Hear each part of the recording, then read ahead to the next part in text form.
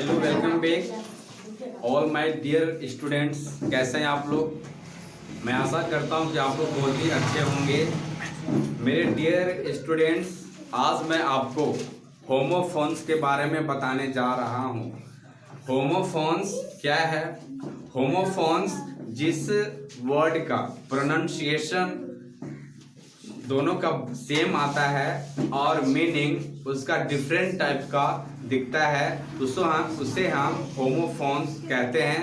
Homophones आपको यहाँ दिख रहा होगा, यहाँ पे होमोफोन्स आपका कुछ वर्ड्स दिया हुआ है जो होमोफोन्स प्रोनाउंसिएशन सेम लेकिन इसकी मीनिंग अलग टाइप से आता है, डिफरेंट टाइप से इसका मीनिंग आपके पास दिखेगा। तो चलिए मैं आपको बताता हूँ पढ़कर। इसको हम पढ़ेंगे एयर, इसको भी पढ़ेंगे हम एयर, लेकिन इसकी हिंदी मीनिंग सबका अलग अलग आएगा। मेरे डियर स्टूडेंट्स, एयर का मतलब होता है हवा, जिसको कहते हैं हवा, और ये एयर का मतलब हो गया उत्तराधिकारी। यानी दोनों का प्रोनाउंसिएशन सेम लेकिन इसका मीनिंग अलग प्रकार का है, यानी मीनिंग डिफरेंट टाइप से आपको यहाँ पे दिख रहा है। तो चलिए मैं आपको बताने जा रहा हूँ एयर। एयर यानी एयर का मतलब हो गया हवा, और इस एयर का मतलब हो गया उत्तराधिकारी। एक्सेप्ट का मतलब हो गया स्वीकार करना, स्वीकार करना। इस एक्सेप्ट का मतलब हो गया कि अलावा। ये आर्म्स का मतलब हो गया भीख, और ये आर्म्स का मतलब हो गया हथियार, और ये अलाउड का मतलब हो गया अनुमति देना या अनुमति दिया। अलाउड का मतलब होता है जोर से। इस बर्थ का मतलब होता है जन्म देना या जन्म लेना। बर्थ का मतलब हो गया, अगर आप ट्रेवल करते हैं रेलवे में तो उसमें आपके एयर टिकट पे रेल टिकट पे लिखा हुआ रहता है बर्थ नंबर। तो आपका बर्थ नंबर जिसको बोलते हैं, जो सीट संख्या होता है बर्थ का, सीट रेल का, उसे हम बर्थ कहते हैं। तो चलिए मैं आपको इसको बताते चल रहा हूं कि air, the window is there, the window is there to get fresh air, है ना। द विंडो जो खिड़की है, फ्रेश एयर वहां मिल आता है, फ्रेश एयर हमें मिलता है।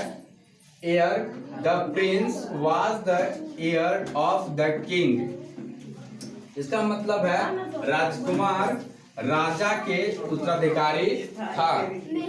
नेक्स्ट क्या है? एक्सेप्ट। एक्सेप्ट मतलब हो गया स्वीकार करना।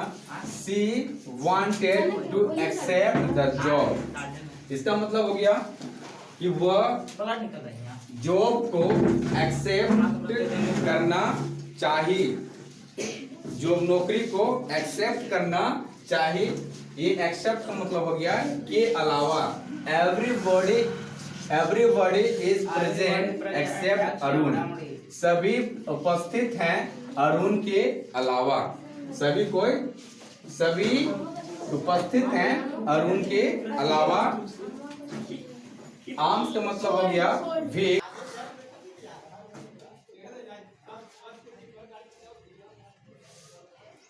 डियर स्टूडेंट, मैं बता रहा था कि आर्म्स का मतलब होता है भीख, और ये आर्म्स का मतलब होता है हथियार।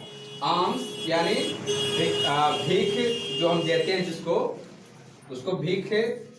Arms, they were giving alms to the poor. वे गरीब को भीख दे रहे थे। और ये आर्म्स का मतलब हो गया हथियार, जो हम लोग अस्त्र शस्त्र कहते हैं, जिसको हम हथियार को यूज किया जाता है। जैसे the soldiers left arms and ammunition to fight. The soldiers left arms and ammunition to fight. सैनिकों का लड़ने का गोला बारूद और हथियार कमी है। नेक्स्ट क्या है? अलाउड मतलब होता है अनुमति देना। He allowed him to enter the class. वह अनुमति दिया उसे क्लास में प्रवेश लेने को, ना, उसको क्लास में में इंडिया प्रवेश लेने के लिए अनुमति मिला।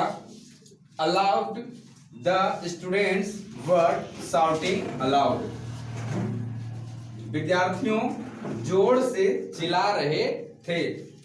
बर्थ मतलब होता है जन्म देना। His date of birth is 4 May, उसका जन्म का डेट है 4 मई। His date of birth is 4 May. इस बर्थ का मतलब होता है, जैसे मैं बताया हूं कि आप रेलवे टिकट जब लेते हैं तो उसमें लिखा हुआ रहता है बर्थ, यानी बर्थ का मतलब हो गया जिस रेलवे टिकट लेकर रेलवे टिकट लेकर जिस पे हम बैठते हैं उसको बर्थ कहा जाता है। He was sleeping on the birth, यानी वह बर्थ में सो रही थी, यानी बर्थ। डियर स्टूडेंट, आपको ये वीडियो अच्छा लगा हो तो मेरे चैनल को सब्सक्राइब करें, लाइक करें, कमेंट करें एंड शेयर करें। और अगले वीडियो के साथ हम आप सब के बीच में फिर मिलेंगे। तब तक के लिए आप सभी को best of luck, have a good day, thank you for watching this video.